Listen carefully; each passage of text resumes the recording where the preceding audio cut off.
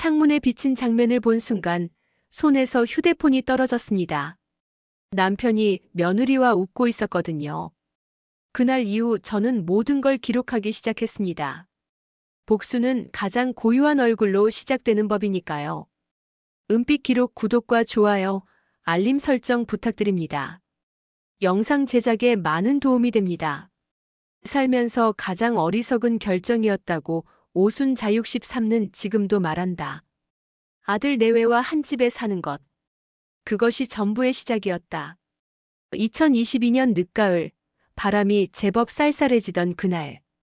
이삿짐 트럭이 도착했을 땐 마당에 황금빛 은행잎이 소복히 쌓여 있었다. 멋스러운 풍경이었지만 그날을 떠올리면 등골이 서늘하다. 강문수 순자의 재혼 남편은 마당 한쪽에서 팔짱을 낀 채 조용히 서 있었다. 표정은 평온해 보였지만 어딘가 싸늘했고, 며느리인 윤지혜의 시선은 계산적이었다. 그녀는 억지로 미소를 지으며 말했다. 엄마, 저쪽 방이죠? 저희가 쓰면 될 것 같아요. 순자는 반응을 하지 않았다. 그 방은 원래 그녀와 문수가 함께 쓰던 침실이었고, 한 달 전 문수의 제안으로 아니 반강요로 그들은 안방을 비워주었다. 그날 이삿짐 기사 중 한 명이 짐을 내리다 말고 순자에게 다가와 속삭였다. 저기요 아주머니.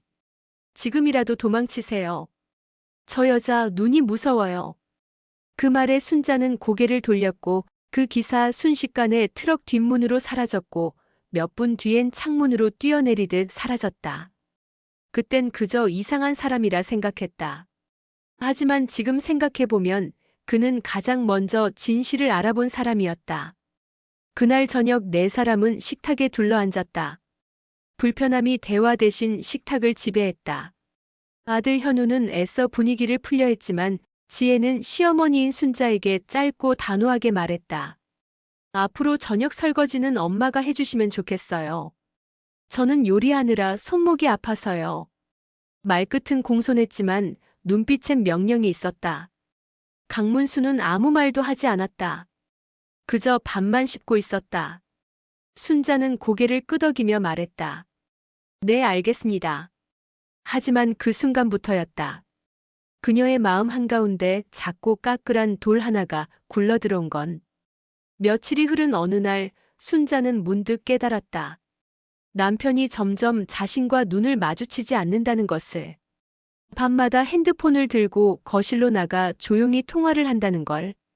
심지어 며느리의 목소리가 가끔 그 안에 섞여 들린다는 것도. 그리고 우연히 마주친 장면. 늦은 밤 거실을 지나던 순자는 창밖 유리에 반사된 그림자 하나를 보았다. 멀리서지만 분명 남편과 지혜였다. 두 사람은 조용히 웃으며 무언가 이야기를 나누고 있었고 지혜의 손이 문수의 팔에 스치듯 닿았다. 그 순간 순자의 손에서 들고 있던 휴대폰이 떨어졌다.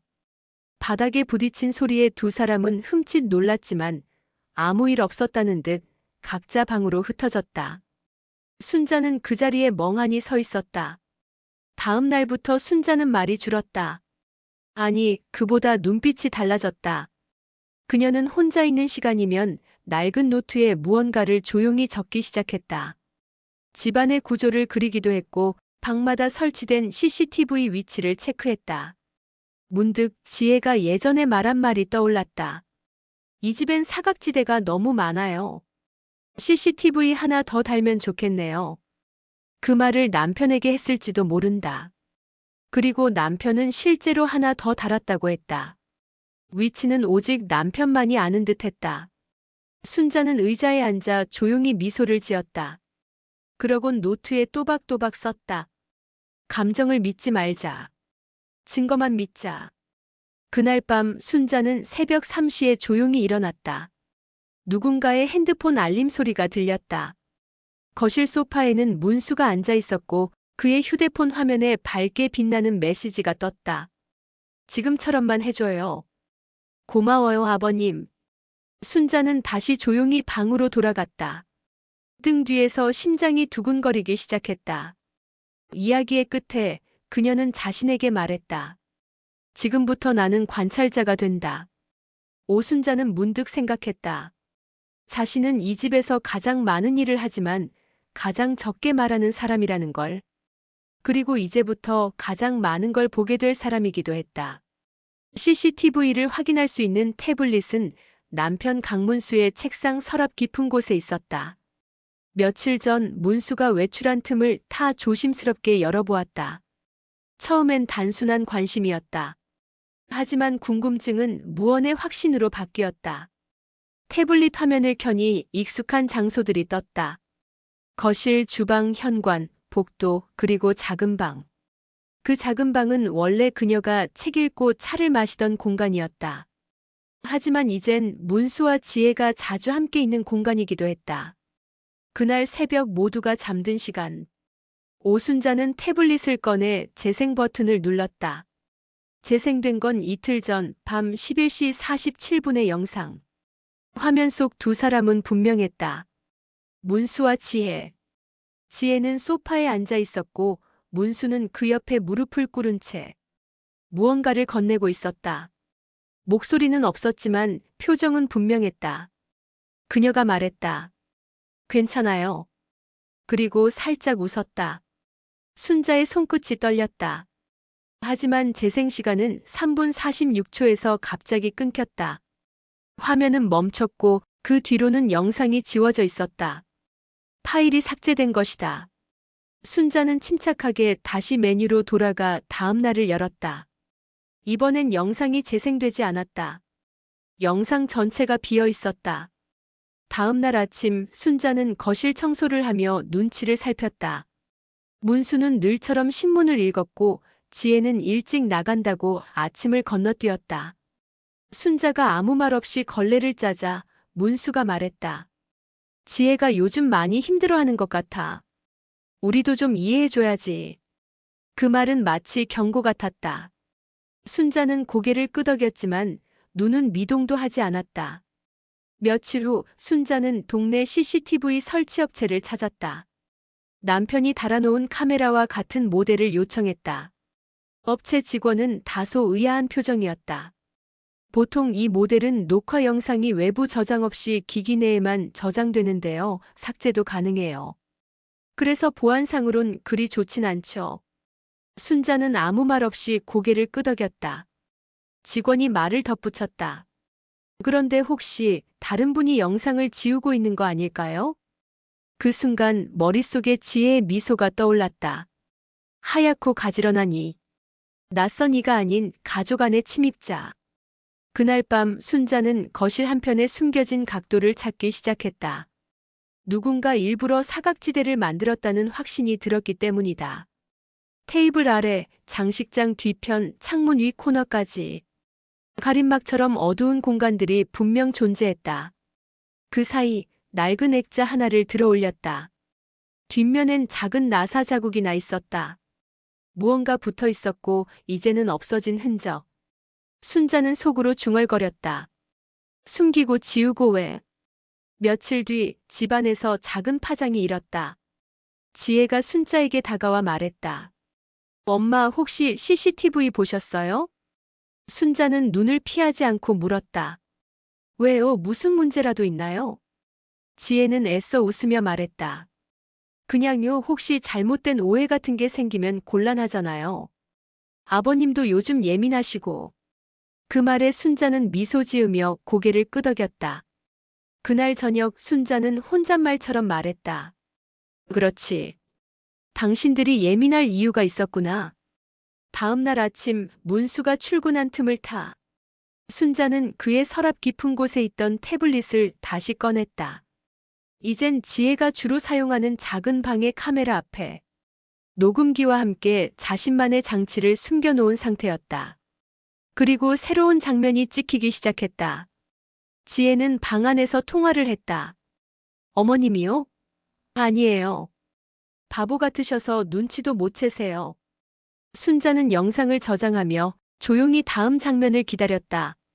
그날은 비가 내렸다. 오순자는 오래전 유행하던 레인코트를 꺼내 입고 어두운 하늘 아래로 나섰다. 지혜는 늘 그렇듯 현우와의 저녁 약속이 있다고 말했다. 하지만 현우는 출장 중이었다. 그녀는 이중 생활을 당당히 이어가고 있었고 순자는 이제 그 사실을 직접 눈으로 확인하고자 했다. 지혜는 택시를 타고 움직였고 순자는 작은 전기 자전거를 타고 조심스럽게 뒤를 따랐다. 처음엔 약국이었고 그 다음엔 작은 카페, 그리고 마지막으론 낯익은 골목길이었다. 그곳은 순자와 강문수가 처음 만난 장소 근처였다. 순간 불길한 예감이 엄습했다. 지혜는 카페 옆 허름한 간판 없는 건물 안으로 들어갔고 잠시 후 문이 다시 열리며 강문수가 나타났다. 그들은 인사를 하며 반가운 듯 웃었다. 지혜는 문수의 팔을 잡고 자연스럽게 안으로 들어갔다. 짧은 시간이었지만 순자는 모든 퍼즐이 맞춰지는 듯한 이상한 안도감을 느꼈다. 맞구나. 나만 이상했던 게 아니었어. 그녀는 조용히 휴대폰을 꺼내 영상 촬영을 시작했다. 망설임 없이 침착하게. 그날 밤 순자는 아무렇지 않은 얼굴로 거실에 앉았다. 문수는 피곤한 얼굴로 들어왔고 지혜는 조금 후 늦게 귀가했다. 아무도 이상한 낌새를 보이지 않았다. 오히려 평소보다 더 부드러운 대화, 더 온화한 표정. 하지만 순자는 그 모든 것이 연기처럼 느껴졌다. 누군가는 거짓말을 하고 있었고 그 거짓말의 끝은 생각보다 가까이 있었기 때문이다. 다음 날 순자는 거실에 몰래 설치한 장비를 통해 새로운 녹음 파일을 확보했다. 문수의 목소리였다. 지혜야, 순자가 이상해. 요즘 나를 너무 의심해. 지혜는 웃으며 말했다. 아버님, 그냥 모른 척해요. 이러다 말겠죠. 어차피 엄마는 그런 성격이잖아요. 못 건드려요. 그 말에 순자는 피가 거꾸로 솟는 듯한 느낌을 받았다. 그녀는 다시 한번 다짐했다. 모른 척하지 않겠다. 이번엔 내가 먼저 행동할 차례니까. 며칠 뒤 순자는 지혜를 부엌에서 마주쳤다. 지혜는 환하게 웃으며 물었다. 어머님, 요즘 괜찮으세요? 얼굴이 안 좋으세요? 순자는 조용히 대답했다. 괜찮아요. 요즘은 오히려 마음이 편해졌어요. 사람들이 어떤 사람인지 이제는 잘 보이거든요. 지혜의 미소가 잠시 굳었다. 그리고 곧 다시 평소처럼 웃으며 대화를 이어갔다. 하지만 순자는 확신했다. 그녀는 이제 상대를 알고 있었다. 그리고 승부수를 띄울 준비를 하고 있었다. 그날 저녁 순자는 예전부터 알고 지내던 동네 지인 노형사 퇴직 경찰관을 찾아갔다. 노형사는 순자의 이야기를 듣고는 눈을 가늘게 떴다. 그 둘이 정말 그런 사이라면 정식 조치 전에 뭔가 확실한 게 있어야 합니다. 영상 말고 녹취, 문자, 혹은 제3자의 증언까지. 순자는 고개를 끄덕이며 말했다. 그럴 줄 알고 하나씩 모으고 있어요. 며칠 후 문수와 지혜는 또다시 외출했다. 이번에는 지혜가 먼저 나섰고 문수는 조금 뒤에 나섰다. 순자는 위장 마이크를 단 채 근처 공원으로 향했다. 지혜와 문수가 나란히 앉아있는 벤치 근처에서 산책하는 척 걸으며 대화를 녹음했다. 지혜는 말했다. 언제까지 이렇게 해야 돼요? 엄마 눈치 너무 보여요. 문수는 작게 한숨을 쉬었다. 조금만 더. 현우한텐 절대 말 안 되니까. 순자의 손에 들린 녹음기, 그 소리는 또렷하게 담겼다. 그날 밤 순자는 태블릿과 녹음기를 앞에 두고 생각했다. 이젠 흔들릴 이유도 없다. 이건 단순한 오해가 아니야. 순자는 예전과 달라졌다. 예전엔 마음이 흔들릴 때마다 침묵으로 삼켰지만 이제는 행동으로 기록했다. 침묵은 더 이상 미덕이 아니었다. 침묵은 그들의 무기가 되어 자신을 찔렀다. 그렇기에 그녀는 침묵 대신 렌즈를 선택했다. 그날 오후 순자는 동네 전자상가에서 만난 소형장비 상인에게 조용히 말했다. 녹음기랑 초소형 캠코더 가방이나 액자에 숨길 수 있는 걸로요. 조용하고 오래 녹화되는 걸로 부탁해요. 판매자는 의심스런 눈빛으로 순자를 바라보다 그녀가 꺼낸 현금을 보고 말없이 장비를 내주었다. 그날 밤 순자는 거실 책장 뒤 장식액자, 조화 화분, 시계 안쪽에 장비를 하나씩 설치했다. 녹화 버튼을 누르며 그녀는 속으로 중얼거렸다. 이건 복수가 아니라 내 삶을 지키는 증거예요. 며칠 후 기회는 생각보다 빨리 왔다. 문수는 예정보다 일찍 퇴근했다. 지혜는 이미 집에 있었고 현우는 출장 중. 순자는 일부러 2층 세탁실에 있는 척했다. 그리고 무선 연결된 태블릿으로 거실을 관찰했다. 지혜와 문수는 거실 소파에 나란히 앉아 있었다. 지혜가 문수의 어깨에 살짝 기대며 말했다. 아버님, 어머님이 저를 너무 싫어하시는 것 같아요. 문수는 한숨을 쉬며 말했다. 순자가 원래 좀 까탈스러워. 말만 잘 들으면 돼. 그 말에 지혜는 익숙하다는 듯 고개를 끄덕이며 손등으로 문수의 손을 가볍게 덮었다. 그 장면을 순자는 화면 너머에서 바라봤다. 그리고 그들의 음성이 또렷하게 녹음되며 USB에 저장되고 있었다. 이제는 더 이상 추측이 아니었다. 이건 명백한 감정의 선을 넘은 증거였다. 그날 저녁 순자는 평소처럼 밥상을 차렸다. 지혜는 여느 때처럼 느긋하게 앉았고 문수는 밥만 먹으며 아무 말도 없었다. 그러나 그들의 시선은 순자의 눈을 마주치지 못했다. 마치 들킨 줄 모르는 범인처럼 불안정하게 흔들리는 눈빛. 순자는 조용히 반찬을 하나 집으며 말했다. 요즘 CCTV 상태가 좀 이상하더라고요. 화면도 끊기고 소리도 안 나고. 혹시 둘 중에 아는 사람 있어요? 그 말에 지혜는 젓가락을 놓으며 웃었다. 어머님, 그런 거 너무 신경 쓰지 마세요. 요즘 기계가 원래 그렇잖아요. 순자는 고개를 끄덕이며 말했다. 그렇지. 사람보다 기계가 더 정직하긴 하지. 문수는 물을 마시다 기침을 했다. 며칠 후 순자는 다시 노영사를 만났다. USB에 담긴 녹화 영상과 녹취를 들려주자 노영사는 무거운 숨을 내쉬었다. 이 정도면 이 집안 전체를 흔들 수 있겠는데요. 순자는 조용히 대답했다. 아직이에요. 이건 서막이에요. 진짜 폭탄은 아직 꺼내지 않았거든요. 그리고 그녀는 가족 모임 날을 기다리기 시작했다. 현우가 출장에서 돌아오는 주말, 문수의 환갑잔치를 겸한 가족 모임이 열릴 예정이었다. 순자는 거실에 큰 TV를 주시했다. 그 화면에 무엇을 틀 것인지 그 타이밍과 대사를 준비하며 조용히 마음을 가다듬었다. 밤이 깊었다. 순자는 자기 방에서 조용히 머리를 빗으며 거울을 보았다. 거울 속 눈빛은 더 이상 흔들리지 않았다. 모든 조각은 다 모였다. 이제는 무너뜨릴 때다. 가족이란 건 결국은 믿음이라는 단어 위에 세워진다. 하지만 그 믿음이 무너지는 순간 그 집은 더 이상 가정이 아니었다.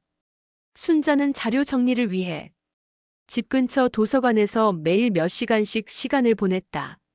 노트북을 들고 앉아 USB 안영상과 녹취를 다시 정리하고 출처를 명확히 메모했다. 그러다 우연히 발견한 사진 한 장.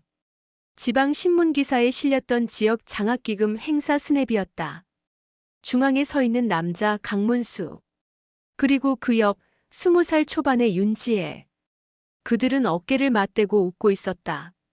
그녀의 손은 문수의 팔을 자연스럽게 붙잡고 있었고 그 표정은 분명 단순한 행사 참가자의 표정이 아니었다. 순자의 손끝이 떨렸다. 행사 날짜는 2008년 4월. 지금으로부터 정확히 14년 전. 지혜는 그때 대학 1학년. 문수는 당시 지역장학재단 부의사장이었다. 순자는 그 사실을 알고 나서야 지혜가 처음 자신 앞에 나타났을 때 그 눈빛이 이해됐다. 이 여자는 이 집을 처음 보는 눈이 아니었다. 지혜는 이 집의 구조, 문수의 취향, 심지어 음식의 간도 정확히 알고 있었다. 마치 오랜만에 돌아온 사람처럼. 그날 저녁 순자는 거실에서 TV를 보며 자연스럽게 말했다.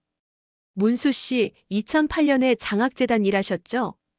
문수는 고개를 끄덕이며 대답했다.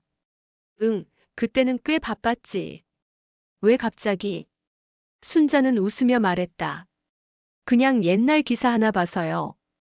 그때 옆에 있었던 여자가 지혜 씨더라고요. 문수의 얼굴이 단단히 굳어졌다. 그냥 우연히 참가했던 학생이야.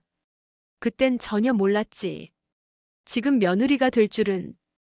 그 말은 어딘가 어색했고 순자의 눈은 단숨에 그 표정을 파고들었다. 몰랐다고. 그런 눈빛으로 웃던데. 다음 날 순자는 노영사에게 사진을 보여주었다. 노영사는 말없이 한참을 보더니 고개를 끄덕였다. 이 여자 예전에도 이런 케이스 있었어요. 고시 준비하는 남자 꼬드겨서 위자료 받아냈던 기록이 있습니다. 정식 판결은 안 났지만 동거인 진술에 따르면 이 여자 노림수 장난 아니었다고 했어요. 순자는 숨을 삼켰다. 지혜는 계획적으로 이 집에 들어온 것이다. 그리고 문수는 그걸 눈 감았든 알면서도 받아들였든. 밤이 되자 순자는 자신의 방에서 문수가 예전부터 써왔던 손글씨 일기장을 펼쳤다. 그 안에는 지혜라는 이름이 없었다. 하지만 제이라는 이니셜이 자주 등장했다. 오늘 제이를 만났다. 여전히 똑똑하고 당돌하다. 제이와의 대화는 순자와는 전혀 다르다. 제이에게 마음이 기운다. 하지만 이건 일시적인 거라 믿는다. 그 페이지를 읽으며 순자의 손끝이 싸늘해졌다. 순자와는 전혀 다르다. 그 말 속엔 모든 감정이 담겨 있었다. 그날 이후 순자는 말수가 줄었다. 하지만 눈빛은 더 단단해졌다. 그녀는 일기장을 그대로 접고 복사본을 출력해 봉투에 넣었다. 표지엔 이렇게 썼다. 현우에게. 며칠 후 순자는 지혜와 단둘이 차를 마셨다. 순자는 의미심장하게 웃으며 말했다. 지혜 씨, 사람은 언제 가장 위험한지 알아요? 지혜는 짧게 웃으며 대답했다. 언제요? 순자는 찻잔을 내려놓으며 말했다. 모든 걸 다 알게 됐을 때요. 그땐 무서울 게 없거든요. 지혜는 순간 눈을 피했다. 그 눈빛에 처음으로 공포가 담겨 있었다. 오순자는 봉투를 꺼내 아들 현우에게 전했다. 그 안엔 문수의 일기장 복사본, CCTV 캡처 사진, 그리고 USB 한 개가 담겨 있었다. 그녀는 조용히 말했다. 이건 내가 직접 봐야 할 것 같아서. 현우는 아무 말 없이 고개를 끄덕였고 순자는 그저 조용히 거실로 돌아가 찻잔을 닦았다. 그러나 그날 저녁 모든 기대는 무너졌다. 현우는 봉투를 돌려들고 날카로운 눈빛으로 순자를 노려보며 말했다. 엄마, 도대체 왜 이런 걸 하셨어요? 순자는 당황했다. 내가 뭘 했다고 생각하니? 지혜가 너무 힘들어해요. 아빠랑 나도 요즘 엄마 때문에 집에 있는 게 불편해요. 의심, 추적, 녹음. 이건 도가 지나친 거예요. 그 말에 순자는 그제야 깨달았다. 아들은 아무것도 보지 않았다. 아니, 보지 않기로 했다. 내 아빠가 그리고 지혜가 너를 속이고 있는 거야. 이건 단순한 고부 갈등이 아니야. 순자가 간절하게 말했지만 현우는 고개를 절레절레 저었다. 엄마, 사람이 나이 들면 괜히 외롭고 예민해진다고 하더니. 지금 엄마가 딱 그래요.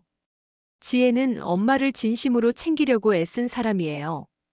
그 말은 순자의 가슴에 비수를 꽂았다. 진심으로 챙기려고 애쓴 사람. 순자는 천천히 고개를 끄덕였다.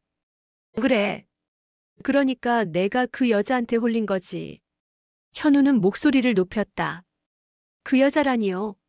그 여자가 내 아내예요. 그 순간 문수가 들어왔다. 무슨 소란이야? 순자는 그 둘을 차례로 바라보며 말했다. 소란? 소란은 이제 시작될 거예요. 그날 밤 순자는 혼자 거실에 앉아 있었다.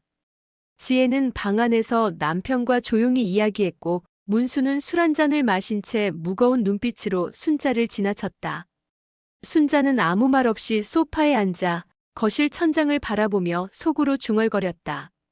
이제 나는 이 집에서 가족도 아내도 엄마도 아니다. 다음 날 아침 식탁엔 찬이 하나도 없었다.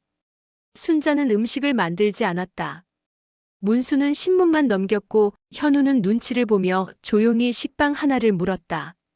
지혜는 일부러 웃으며 말했다. 어머님, 요즘은 좀 쉬시는 게 좋아요. 이젠 제가 다 할게요. 순자는 무표정하게 대답했다. 그러렴. 대신 책임도 다 져야 할 거야. 그 말에 지혜의 미소가 미세하게 흔들렸다. 순자는 서랍에서 작은 쪽지를 꺼냈다. 노영사에게 보낼 메모였다. 내 편은 아무도 없습니다. 하지만 진실은 숫자처럼 분명합니다. 조만간 모두가 알게 될 거예요. 며칠이 흐른 어느 저녁. 순자는 자리를 박차고 일어났다. 거실에 모여있는 가족 앞에서 조용히 선언했다. 이 집 잠시 나갑니다. 현우가 놀라 물었다. 엄마, 어디 가시려고요? 순자는 짧게 대답했다. 혼자 생각 좀 하려고요. 나만의 공간에서 나만의 방식으로. 문수는 말없이 TV 화면만 응시했다. 지혜는 찻잔을 들며 속삭였다. 잘 다녀오세요. 여기 정리는 저희가 알아서 할게요. 그 말에 순자는 마지막으로 며느리를 바라봤다. 그래. 정리는 내가 곧 하게 될 거니까. 그날 밤 순자는 자신의 방을 마지막으로 둘러보고 작은 여행 가방을 끌고 집을 나섰다. 혼자가 된 길. 하지만 발걸음은 전보다 더 가볍고 단단했다. 봄이 되기 전 집안엔 잔설처럼 팽팽한 침묵이 깔려 있었다. 순자는 그 침묵을 깨기 위해 집을 나간 지 일주일 만에 다시 돌아왔다. 가족들은 의외로 놀라지 않았다. 문수는 여전히 무표정이었고 현우는 어색한 미소로 짧게 인사를 건넸다. 지혜는 아무 일도 없었다는 듯 밝게 웃었다. 어머님, 잘 다녀오셨어요? 생각은 좀 정리되셨어요? 순자는 아무 대답도 하지 않았다. 그저 안방으로 향했고 그날 밤 다시 거실에서 한 장의 편지를 꺼냈다. 그 편지는 가족 모임 초대장이었다. 그 주말 순자는 문수의 환갑을 핑계로 지인들과 친척 그리고 가까운 이웃 몇몇을 초대했다. 작은 뷔페 케이터링도 준비했고 거실엔 대형 TV와 스피커, 무선 리모컨이 설치되었다. 지혜는 기분이 좋아 보였다. 자신이 준비한 듯 손님들에게 웃으며 인사를 건넸다. 제가 시어머님 대신 다 준비했어요. 요즘은 제가 집안 살림을 도맡다 보니. 그 말에 모두가 고개를 끄덕였고 문수는 조용히 순자를 바라봤다. 하지만 순자는 어떤 감정도 드러내지 않았다. 사람들이 음식을 접시 가득 담고 자리에 앉자 순자는 리모컨을 들고 천천히 거실 중앙으로 나섰다. 제가 오늘 이 자리를 준비한 이유는 단순한 환갑 축하가 아니라 우리 가족의 진실을 함께 나누기 위해서입니다. 사람들은 웅성거렸고 지혜는 미소를 유지하려 애쓰며 말했다. 어머님, 혹시 분위기 망치시려는 건 아니죠? 순자는 담담하게 대답했다. 분위기를 망치는 건 진실이 아니라 거짓입니다. 그리고 리모컨의 재생 버튼이 눌렸다. TV 화면이 켜졌고 영상이 흘러가기 시작했다. 첫 장면은 거실의 CCTV 영상. 문수와 지혜가 나란히 앉아 웃고 있는 모습. 지혜가 문수의 손등에 손을 얹는 장면. 문수가 조용히 말하는 음성이 자막으로 흘렀다. 순자한텐 말하지 마. 알면 귀찮아져. 지혜의 웃음소리. 그리고 이어진 영상은 벤치에서 두 사람이 대화하던 장면. 조금만 더 참아요, 아버님. 순간 거실은 정적에 휩싸였다. 누군가는 숨을 들이켰고 누군가는 눈을 질끈 감았다. 현우가 벌떡 일어나 외쳤다. 그만. 엄마, 도대체 이게 뭐예요? 이걸 왜 이런 자리에서 틀어요? 순자는 아들의 눈을 똑바로 보며 대답했다. 너한텐 봐도 안 믿을 테니. 이제는 들으라고 보는 거야. 지혜는 차가운 표정으로 말했다. 불법 촬영이에요. 법적 대응하겠습니다. 그 말에 순자는 미소 지었다. 그래, 대응해. 법원에서 내 과거도 함께 이야기하게 될 테니. 순자는 USB를 꺼내 한 장의 서류와 함께 탁자에 올려두었다. 노영사가 정리해준 정식 진술서 사본이었다. 그 안엔 지혜의 과거 동거인의 증언, 장학재단 시절의 의심스러운 자금 흐름, 그리고 문수의 일기장 사본까지 포함돼 있었다. 문수는 말을 잃었다. 그 자리에 선 채 고개를 숙였고 지혜는 더 이상 아무 말도 하지 못했다. 순자는 조용히 말했다. 이 집에서 나만 미쳤다고 했지. 근데 이제 보니 미친 게 아니라 맞았던 거더라. 그날 모임은 기이한 정적 속에 끝났다. 지인 몇몇은 황급히 자리를 떴고 문수는 방으로 들어가 문을 잠갔다. 지혜는 아무 말 없이 고개를 숙인 채 주방으로 사라졌다. 현우만이 소파에 주저앉은 채 얼이 빠진 눈으로 텅 빈 화면을 바라보고 있었다. 그날 밤 순자는 혼자 앉아 와인을 따랐다.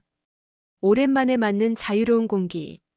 그녀는 잔을 들어올리며 혼잣말로 말했다.